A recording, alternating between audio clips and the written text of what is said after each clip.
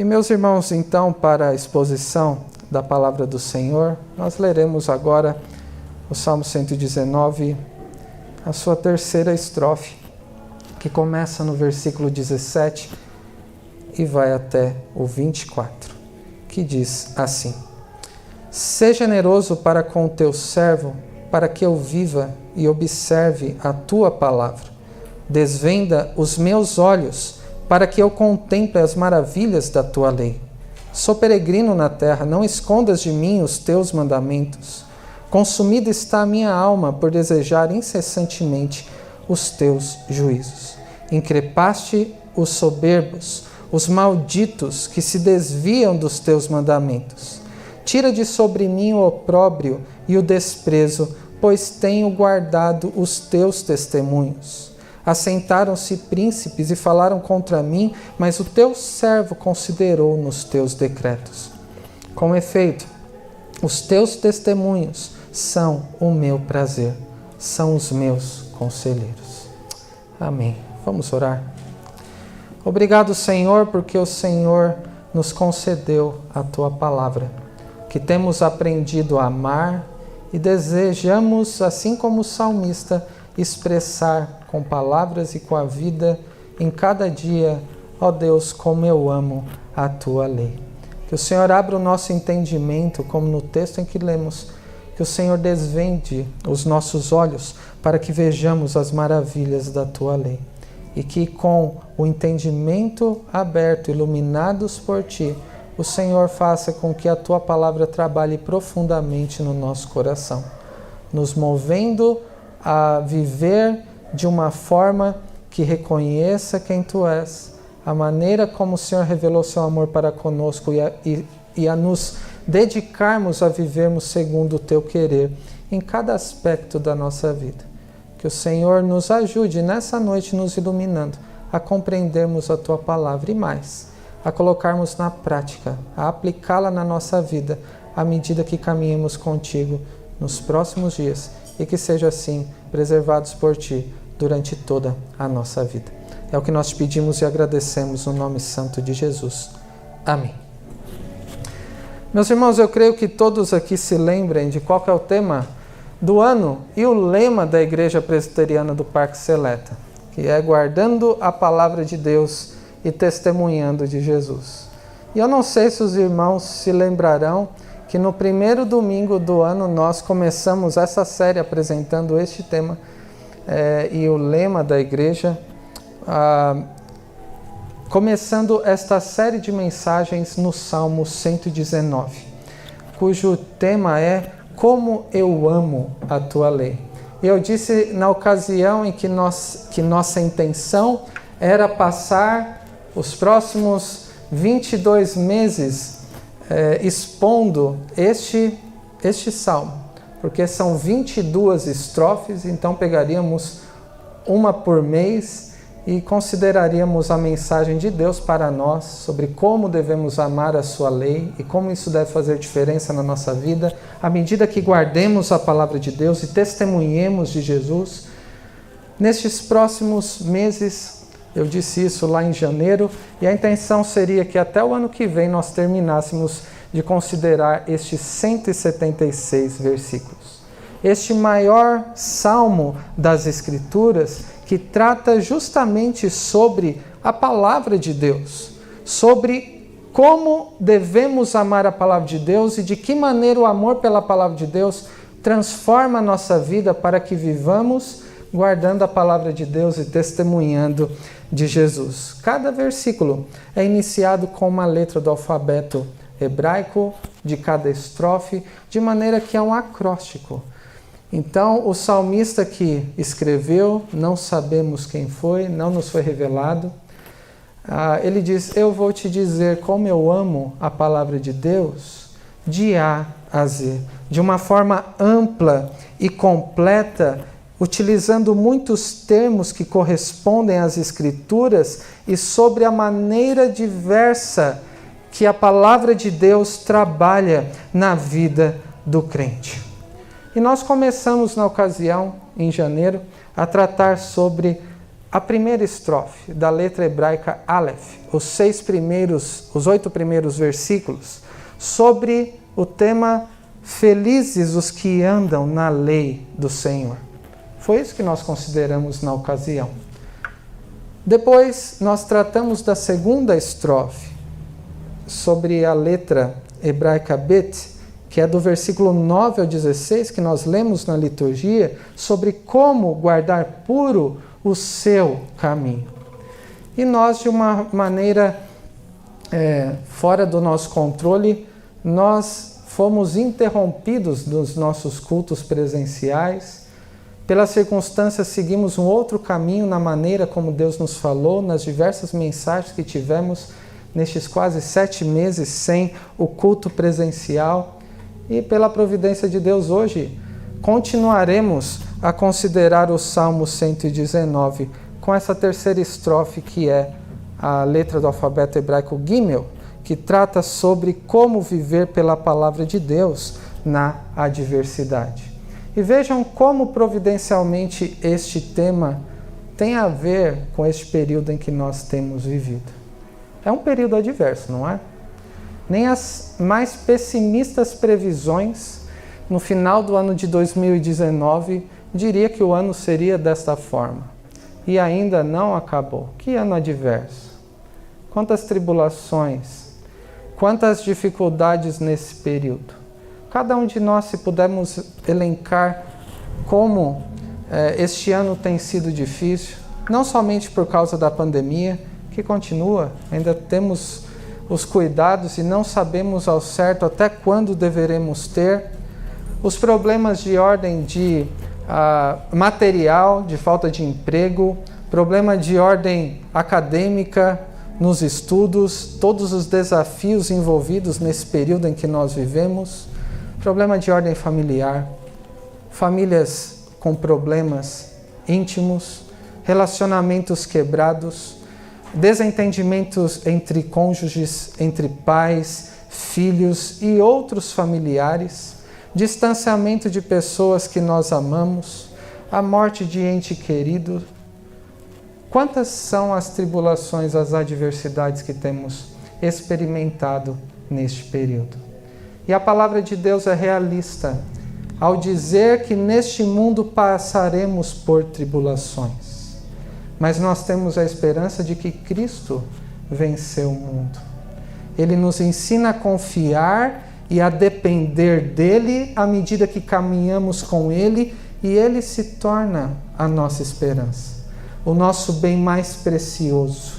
E a palavra de Deus é um meio de graça que Deus nos deu, é a sua revelação, e através da pregação, da meditação da palavra, Deus nos ensina, como eu disse às crianças, a viver pela palavra, até mesmo no meio da adversidade.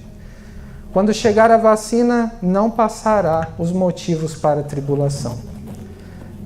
Teremos adversidades, até que Cristo venha. E mais do que nos dizer que isso acontecerá, Deus nos prepara, nos ensina a como viver pela palavra de Deus na adversidade. E eu quero responder essa pergunta à luz deste texto com basicamente 2 respostas.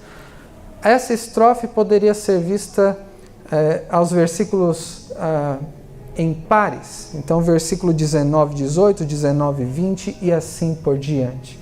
Mas para responder esta pergunta, como viver pela palavra de Deus na adversidade, eu quero, para melhor assimilação de cada um de nós e meditação, e para que reflitamos na prática de como viver a Deus pela palavra de Deus na adversidade, eu quero apontar 2 respostas que podemos considerar neste salmo. Em primeiro lugar, a primeira resposta: rogue a Deus pelo que mais precisa. Para viver pela palavra de Deus na adversidade, em qualquer momento da sua vida que terá adversidade, você deve rogar a Deus pelo que mais precisa. E uma pergunta importante ser respondida é: o que você pensa ser o que mais precisa na sua vida? Se Deus me conceder isso, eu vou estar suprido. Os problemas serão minimizados. Do que você mais precisa nessa noite? E já trazendo para o sentido que o salmista apresenta, quais têm sido os seus motivos de oração que, pelas palavras que você coloca diante de Deus, expõe o que vai no seu coração? Aquele que é o motivo de oração indica aquilo que você pensa ser a sua maior necessidade. E a questão é, do que você mais precisa? E o salmista, ele roga a Deus por aquilo que ele entende que é a maior necessidade que ele tem. O que ele diz aí, primeiramente nos versículos 17 e 18, "Sê generoso para com teu servo, para que eu viva e observe a tua palavra." Esse ser generoso é uma expressão é uma petição, e não é somente um pedido, é um rogo. Ele está implorando a Deus que conceda aquilo que ele sabe que é o que ele precisa. Que na nossa versão é generosidade. O salmista não pede aquilo que ele merece. Ele pede aquilo que o Deus bondoso pode conceder a ele. Não é por méritos, é pela graça de Deus. Então, em primeiro lugar, ele roga pela graça de Deus. Essa generosidade ou bondade, que na versão NVI, por exemplo, traz a tradução assim: trata com bondade o teu servo. É o sentido de pedir a Deus que dê a provisão completa, tudo o que precisa para viver de maneira que obedeça à palavra de Deus. Para que seja um caminho de vida, vida abundante, que conduz à vida eterna, vida em que o caminho muitas vezes é estreito, difícil, mas que conduz à vida. Então o salmista pede ao Senhor que o Senhor me dê graça para que eu viva, para que eu encontre vida à medida que obedeça a tua palavra. E palavra aqui, é claro, é um termo conhecido das Escrituras. A gente fala da palavra de Deus, mas nem sempre a gente pensa no que significa isso. Quando o salmista usa essa palavra, é o sentido mesmo daquilo que Deus falou. Para que eu viva e obedeça aquilo que o Senhor revelou que é a sua vontade, que procede da própria boca de Deus. E ele continua pedindo uma segunda coisa que ele precisa: desvenda os meus olhos, para que eu contemple as maravilhas da tua lei. Se primeiro ele pediu por graça, em segundo lugar ele pede por iluminação. Que Deus desvende, que abra os seus olhos, que capacite-o a contemplar e a compreender as maravilhas das leis de Deus, das instruções, que é Deus quem nos ensina, Ele nos criou, Ele nos ensina sobre como nós devemos viver. Meus irmãos, se Deus não abrir os nossos olhos, jamais compreenderemos a palavra dEle. Podemos ler a Bíblia 50 vezes, conhecer as informações que estão aqui, mas elas não fazerem diferença se Deus não abrir os nossos olhos. Como viver pela palavra na adversidade? Rogue pela graça de Deus.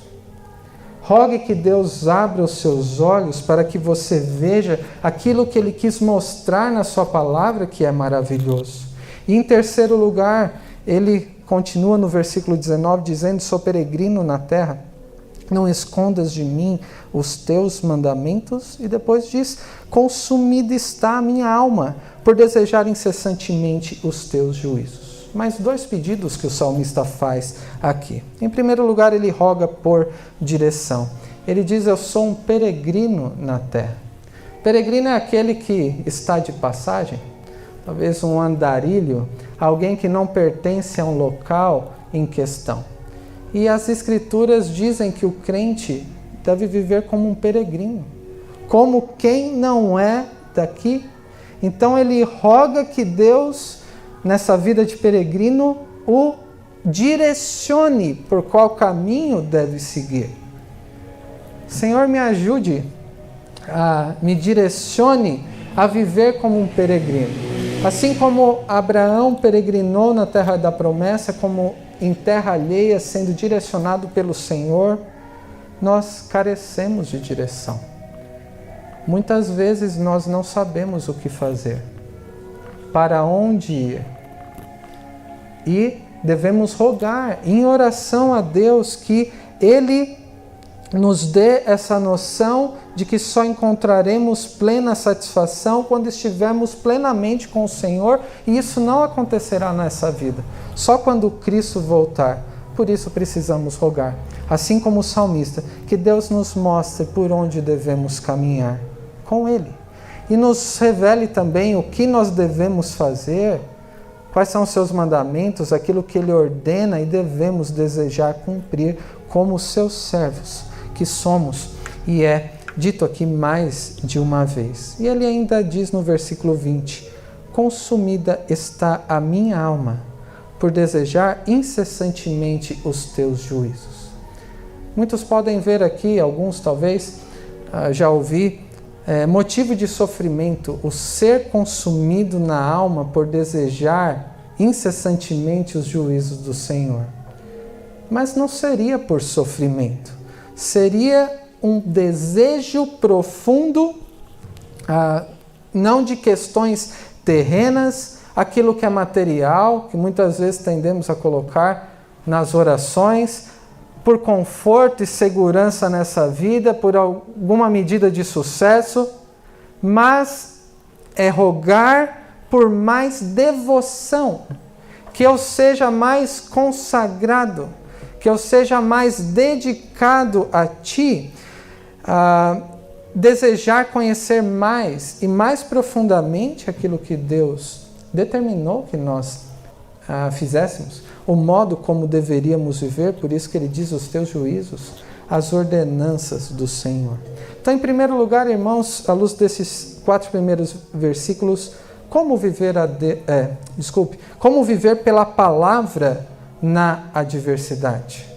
Em primeiro lugar, através de uma vida de oração. Rogue a Deus por aquilo que você mais precisa. Não é por aquilo que você naturalmente deseja, mas é por aquilo que você passa a entender que necessita, à luz da palavra de Deus, que Deus te conceda para que você viva com esperança, com alegria, com gratidão, mesmo em meio à adversidade. Em segundo lugar, para responder essa pergunta, como viver pela palavra na adversidade, consideremos os versículos 21 ao 24. A resposta aqui é: viva como quem não é daqui. Então, além de rogar a Deus pelo que mais precisa, viva na prática, mais do que orar. É ter como prática de vida um modo agradável a Deus de viver como aquele que não é daqui.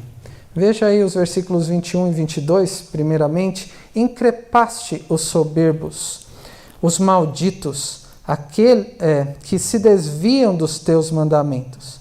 Tira de sobre mim o opróbrio e o desespero, e o desprezo, pois tenho guardado os teus testemunhos. No versículo 19 vimos esse reconhecimento de que o crente é um peregrino, um forasteiro aqui. Alguém que vive neste mundo, mas que não é daqui. E viver como peregrino, considerando o versículo 21, em primeiro lugar, implica em viver no temor do Senhor. Por quê? Quando diz aqui: increpaste os soberbos, os malditos que desviam dos teus mandamentos, e talvez a pergunta que você esteja fazendo na sua mente seja uma das que eu fiz ao preparar esse salmo. O que é increpaste? Não é? O que significa increpar? A gente não costuma usar isso no dia a dia. Outra versão pode nos ajudar. A NVI, nesse caso, mais uma vez, que diz: tu repreendes os arrogantes, malditos os que se desviam dos teus mandamentos. Increpastes, então, é que Deus repreende os arrogantes, os orgulhosos, aqueles que não se sujeitam, aqueles que se desviam dos mandamentos do Senhor. E aqui não diz primordialmente ao descrente, ao incrédulo, ainda que possa ser considerado também. Pois como vimos, os primeiros salmos já tratam de uma trajetória na vida cristã que percorre todo o salmo. O salmo está falando sobre aqueles que conhecem os mandamentos, aquilo que Deus ordenou nas Sagradas Escrituras. Aquele que tem o conhecimento pela palavra de Deus de qual é a vontade de Deus, mas que se desviam e se tornam repreensíveis. Meus irmãos, essa expressão diz respeito àqueles que dizem, professam a sua fé, dizem que são crentes, que desejam viver para agradar a Deus, recebem a palavra do Senhor, mas na prática não vivem assim. Aqueles que deveriam viver como peregrinos, sendo orientados, conduzidos pelo Senhor, muitas vezes é da boca para fora. Vivem de um modo orgulhoso, preocupados consigo mesmos e desviando dos mandamentos do Senhor, e a própria vontade se torna o padrão pelo qual vivem e deixam de consultar a Deus. Meus irmãos, devemos ver esse versículo com temor. Quantas vezes podemos tender, mesmo tendo conhecimento das Escrituras, deixar de orar, rogar que Deus nos conceda aquilo que nós precisamos?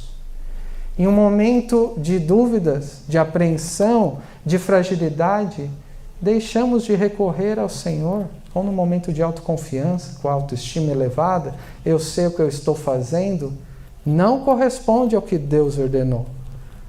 Aquele que conhece as Escrituras, sendo palavra de Deus, é aquilo que Deus diz, tem autoridade, suficiência, e deve ser atendida como ordem de Deus, e nós como servos devemos nos sujeitar.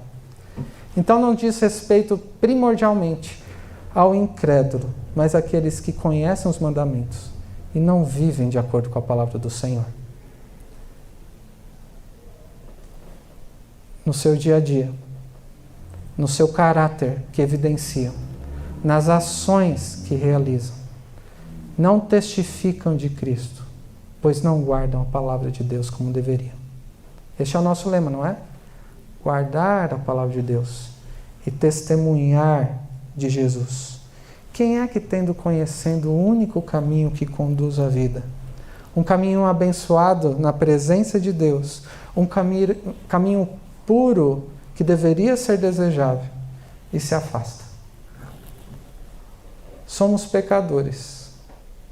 E quantas vezes vemos essa tendência de afastamento daquele que é o mandamento do Senhor?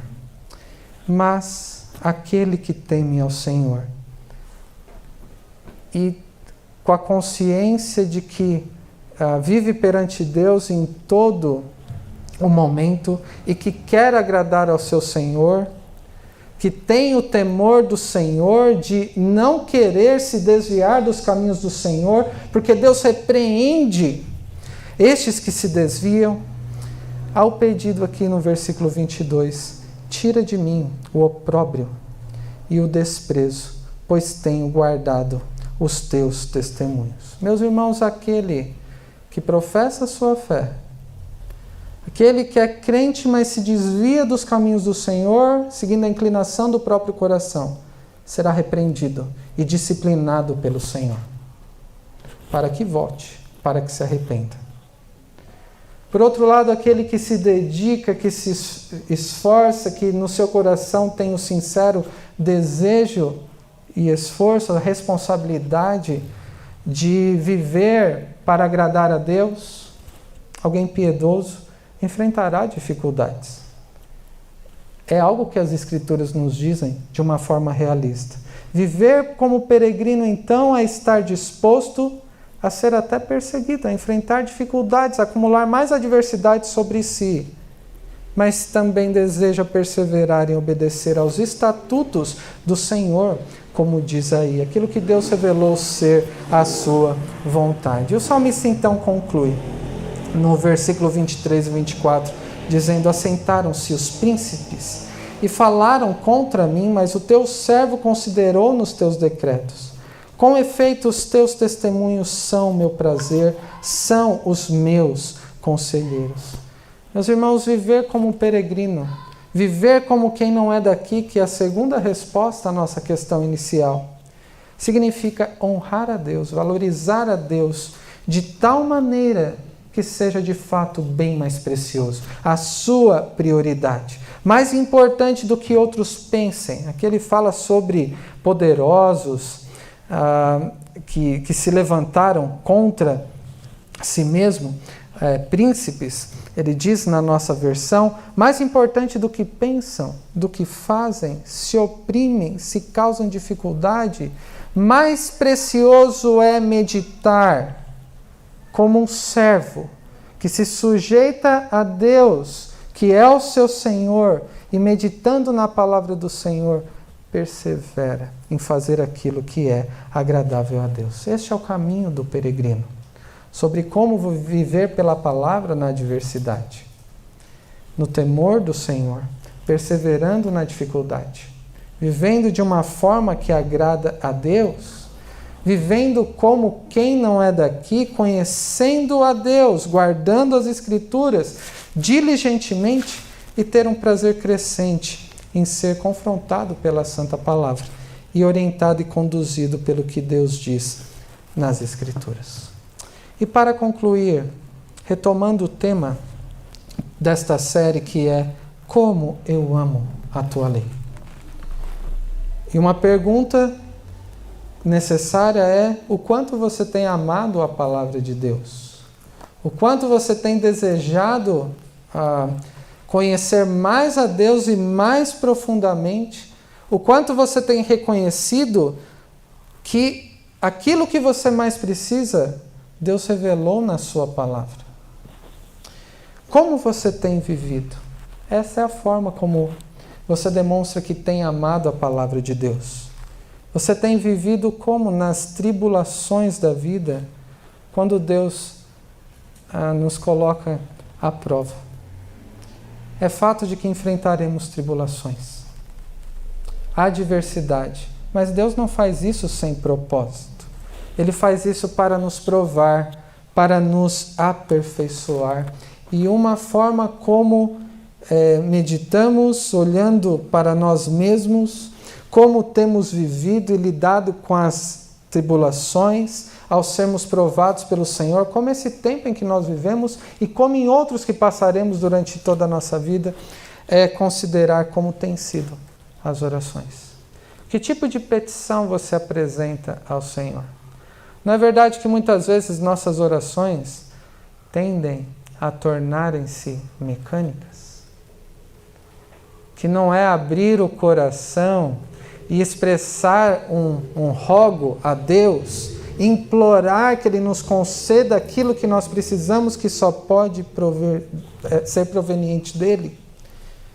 Você deve rogar a Deus pela sua graça, para que você viva neste caminho de felicidade, de bênção, que nós vimos na primeira mensagem.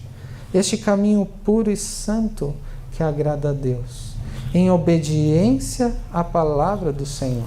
Você deve rogar também por iluminação, para que você veja o que Deus revelou e possa trilhar neste caminho como peregrino que é.